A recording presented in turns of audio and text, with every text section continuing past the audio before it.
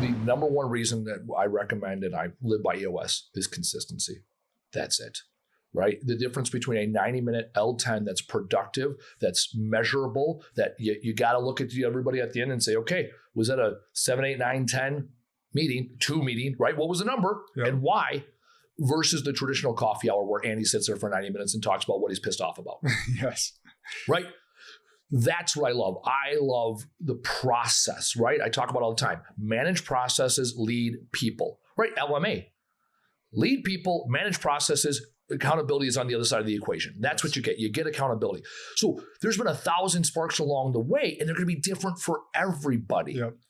We implemented EOS in October last year. We actually said, all right, we're doing the thing. By January, for our annual planning, we lost 9 of our 11 top people in our company of 15. Right people, right seats. Right people, right seats. They needed to be gone a long time ago. I knew they needed to be gone, right? Yeah. I chose not. I was about to say I didn't. I couldn't. I won't. I don't. No. I chose not to execute on the plan. Why? Because I didn't really have a plan, and I didn't have a process. And when you have a plan and a process, the people figure themselves out quick, fast, in a hurry. Yeah. Right. And now one person on our leadership team who was there from October. There's only one, right? We've changed his job title like 3 times. Every quarterly, we change his job title and tweak his roles and responsibilities. And we're like, okay, we're getting there. We're getting close. And this last one, this last meeting, I guess this was his aha moment in July. He goes, I think I know what I do now. I'm like, okay, good, right? Let's right? And we change it from fleet commander to field commander to project manager to service manager. Okay, and now I think service leader. You're in charge of leading service. That's it. Oh, warehouse? That's not service. Okay, what is service? And it's like, oh, I do training. I do estimates. I manage projects. I take care of the team because ultimately I serve the customer. Service manager. It's like, okay, or service leader, I keep saying. Okay.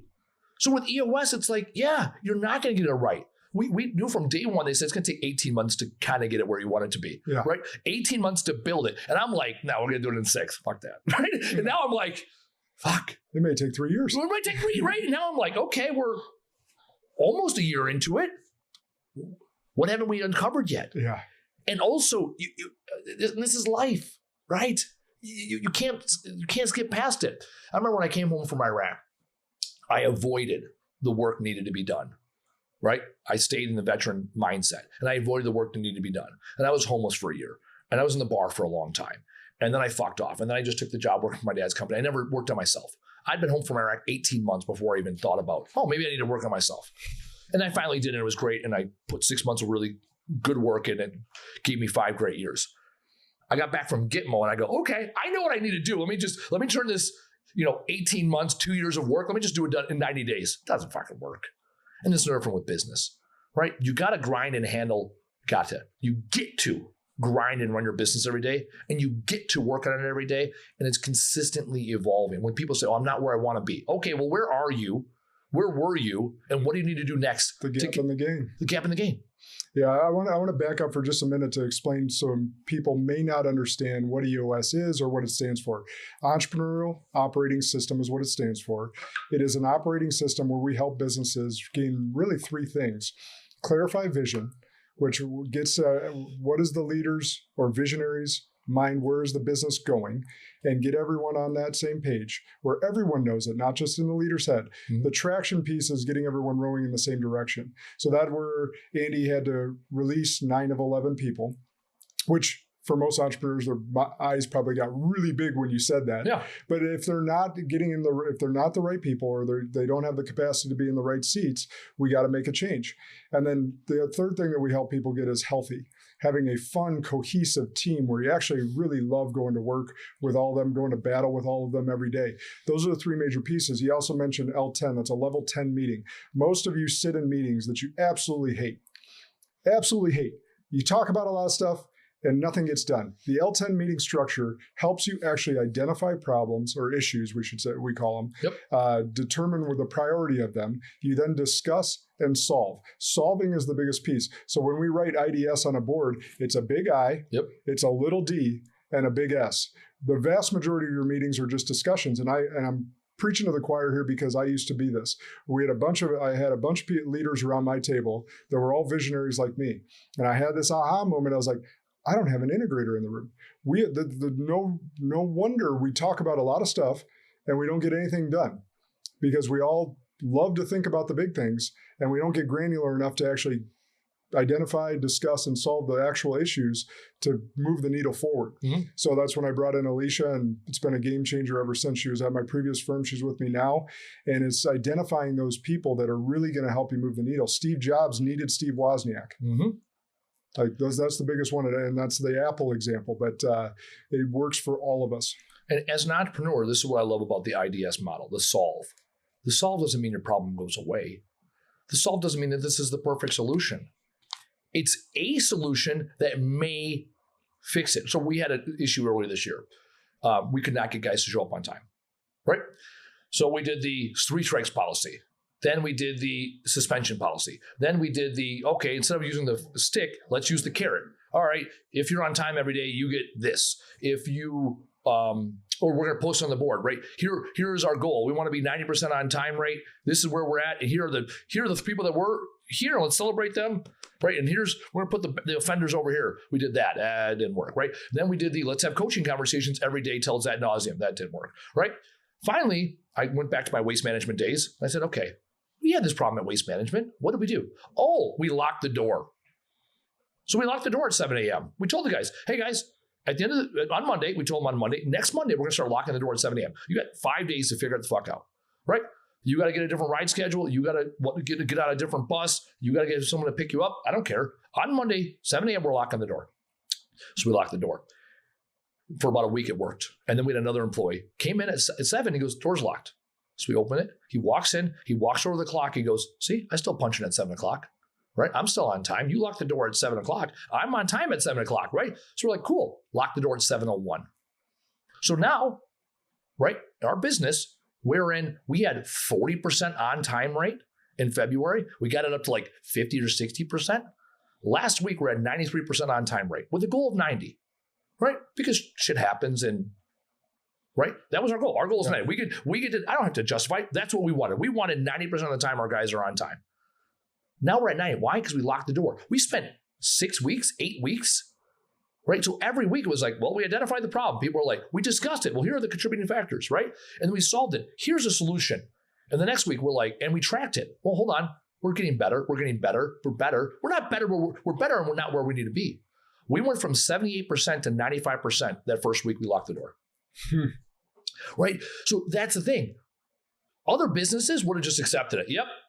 Jerome's always late. And then they're going to be frustrated the entire time. And they're going to be frustrated. Or they're going to bitch, well, we did, we did this. It didn't work. So let's just keep doing the thing that doesn't work. No. That's what I love about the IDS. It's like, well, it was a problem last week. Is it still a problem this week? Yes. Okay. Well, then what we did last week obviously didn't work. So what's the next step? And it's not blaming, well, it was John sucks, right? John, no, it's like, well, what can we do now?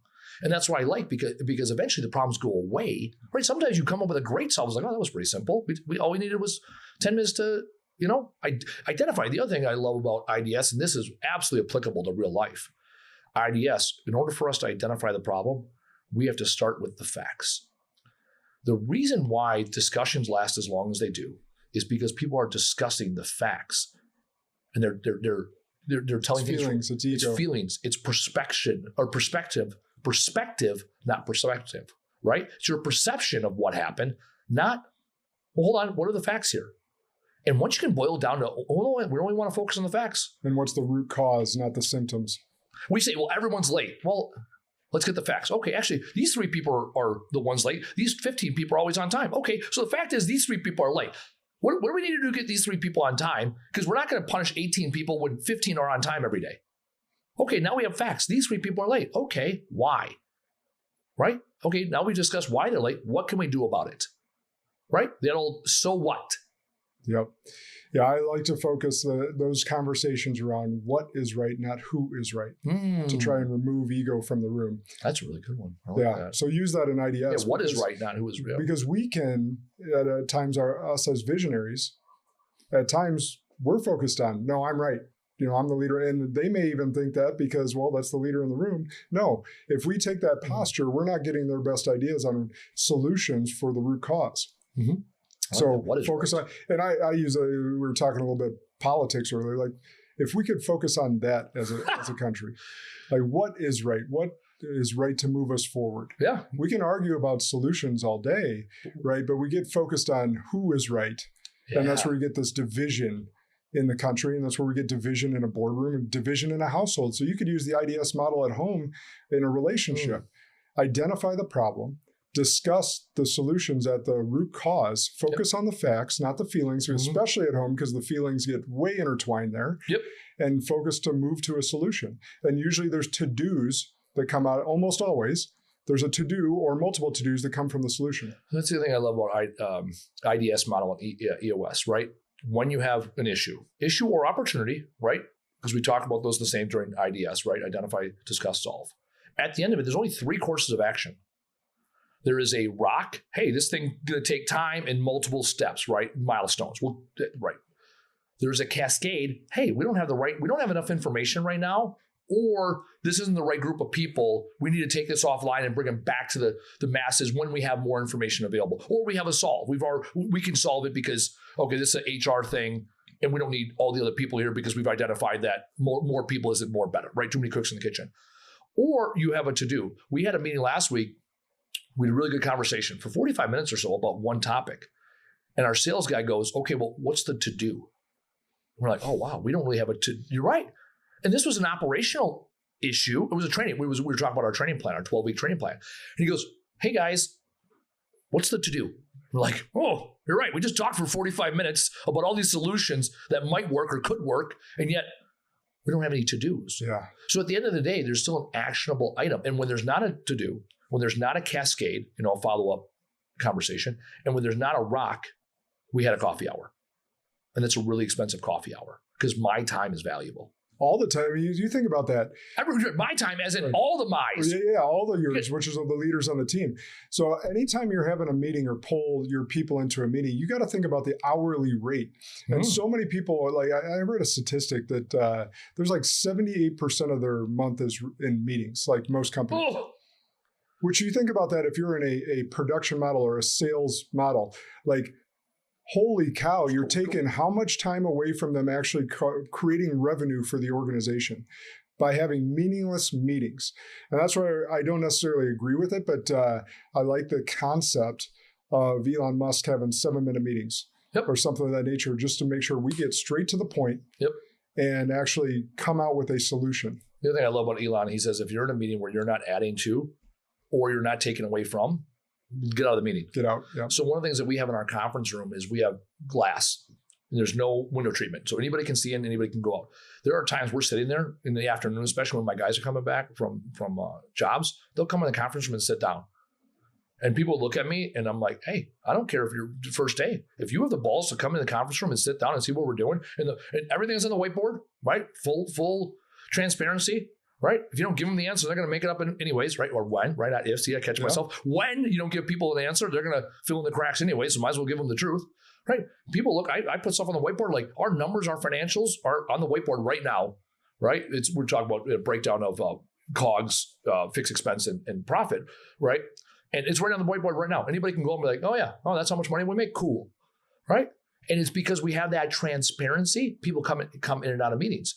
The other thing we find is what I love about EOS is once you adhere to the EOS model, the cadence, the operating system, you get rid of so much crap that does not serve you. Fluff. And you add in some things. So for example, same page meetings, right within the EOS model, same page meeting. Myself and our integrator sit down every week for 2 hours with an agenda that has flexibility for us to be creative. A couple of weeks ago, we compromised our same page meeting, 2 hours turned into 1 hour. And I said to him the next day, I said, you know what? That's my favorite 2 hours of the week. And we both allowed ourselves not to do it. He goes, yeah, that was stupid. I said, okay, never again. Right? Because EOS has taught us, hey, L10 is the most important 90 minutes of the week. What's the next most important 90 minutes or 60 minutes? Same page. Right? And then you have this quantitative time, right? We talk about Kairos time and Chronos time, right? So, well, how do we get the most out of that? Right? And what are we going to do? We Right? got to make it valuable because your time is valuable. Going back to transparency real quick, I made a post last week that went a little bit viral because I said, conspiracy theories wouldn't exist. I said, did you know conspiracy theories wouldn't exist if they would just tell us the truth? Yeah, true. Well, the whole Zuckerberg thing came out yesterday about, no shit. Like, no shit, Facebook compromised COVID information for the sake of an election. Like, really? This is news? For people who are like, how'd they get away with it? I'm like, what do you mean got away with it? Like, there was those two doctors on YouTube saying, actually, no, this is what's going on. And everyone's like, oh, these guys are terrible. And it's like, well, how about we just hear what they have to say? Yeah. Yeah. At least let them, if it's garbage, let us decide. Because when you're not transparent, we're all going to run with a story. And that goes in business, that goes in politics, that goes in your household. Yep. When you're not transparent, you don't tell the truth, everyone's going to fill in the blanks. Jordan Peterson talks about that truth is the adventure of life, right? When you tell the truth, you get to see the adventure of life. When you conjure up, when you start manipulating data, fuck, you don't get to live your life. And I've been guilty of that, right?